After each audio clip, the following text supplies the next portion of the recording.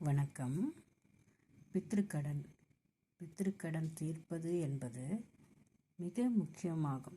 April 16 மாலை 7:32 முதல் April 17 மாலை 5:47 வரை தன் வீட்டில் காகத்திற்கு முன்னோர்களுக்காக சாதம் வைப்பதாலும் யாருக்காவது ஒரு வேளை சாப்பாடு வாங்கி கொடுப்பதாலும் பித்ருக்கடன் தீர்ந்து வீட்டில் நிம்மதி, சந்தோஷம், மகிழ்ச்சி, மனநிறைவு பெருகும்.